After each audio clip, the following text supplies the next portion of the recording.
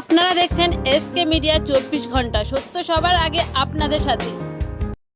5/6/2025 বৃহস্পতিবার। সুপ্রীতি দর্শক মণ্ডলীকে জানাই আমার চ্যানেলের পক্ষ হইতে আন্তর্জাতিক পরিবেশ দিবসের শুভেচ্ছা ও অভিনন্দন।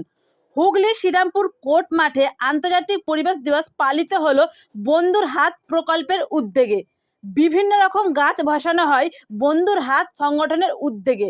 সারা বছর গাছ বসানো হয়, এমনটাই জানালেন বন্ধুর হাত সংগঠনের কর্ণধার ও সর্পকার অরিন্দম চক্রবর্তী। শ্রীরামপুর কোর্ট প্রাঙ্গণে ও সাহেবের গ্রাউন্ডে বসানো হয় পলাশ, বকুল, দেবদারু গাছ ইত্যাদি। মূলত বিশ্ব উষ্ণায়নের হাত থেকে পরিবেশকে বাঁচাতে হলে বেশি বেশি গাছ বসানো ছাড়া বিকল্প রাস্তা নেই। দৈনন্দিন একজন মানুষ 3 লক্ষ টাকার অক্সিজেন গ্রহণ করে, সুতরাং গাছ আমাদের অক্সিজেন দিয়ে বাঁচাতে সাহায্য করে। আজ প্রায় 50 অধিক গাছ বসানো হলো। এরকমভাবে সারা বছর গাছ লাগানো হবে।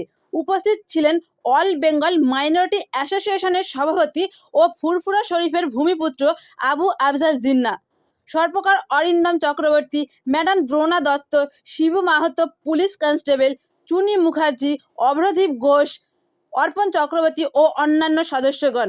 আপনারা দেখছেন এসকে মিডিয়া 24 ঘন্টা। আমি সাগিরা খাতুন, সত্য সবার আগে আপনাদের সাথে।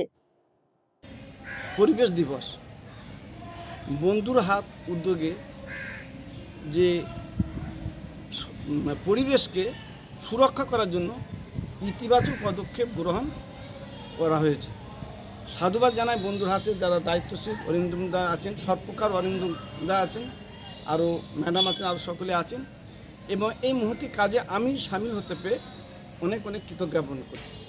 পাশাপাশি মনে করি যে আজকে আমরা এমন একটা জায়গায় দাঁড়িয়ে রয়েছি, মানুষ যে বেঁচে থাকবে অক্সিজেন, দৈনন্দিন একটা মানুষ গড় 3 লক্ষ টাকার মতন অক্সিজেন গ্রহণ করে। এই অক্সিজেন আমরা কোথা থেকে পাই? গাছ থেকে। যদি আমরা গাছ না লাগাই পরিবেশ আমরা বাঁচাতে পারব না। পরিবেশ সুস্থ থাকবে। পরিবেশকে সুস্থ রাখতে হলে গাছ লাগাতে হবে, আর গাছের মাধ্যমে মানুষ অক্সিজেন গ্রহণ করবে। পাশাপাশি মানুষ তবে বেঁচে থাকে সুস্থভাবে। মানুষ সুস্থভাবে বেঁচে থাকতে হলে অক্সিজেন প্রয়োজন।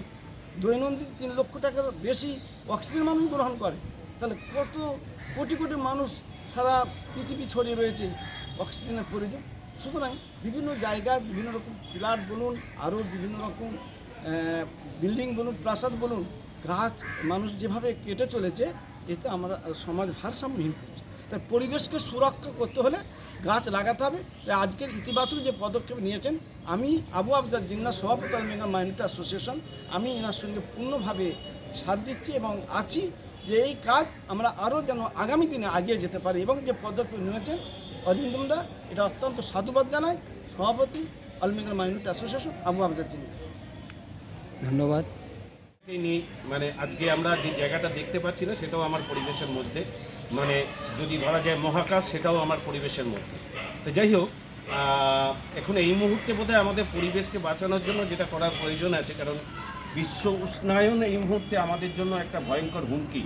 তো সেই বিশ্ব উষ্ণায়নের জায়গা থেকে আমরা যদি ভাবি যে আমরা তো উন্নয়নটাকে বন্ধ করতে পারবো না, উন্নয়ন চলবেই, এটাকে আমরা আটকাতে পারি না।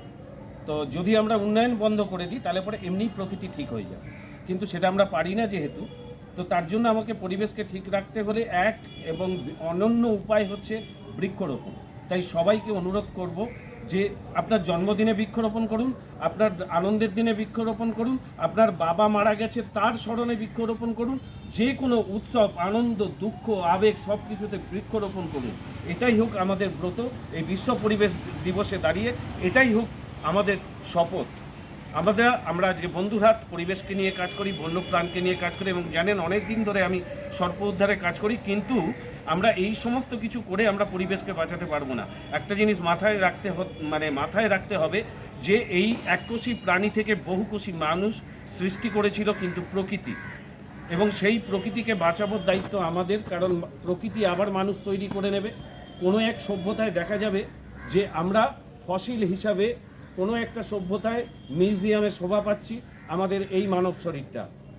প্রকৃতি আবার মানুষ তৈরি করে নেবে, কিন্তু আমরা প্রকৃতি তৈরি করতে পারি না। তাই এই প্রকৃতিকে বাঁচিয়ে রাখতে গেলে বৃক্ষরোপণই একমাত্র পথ।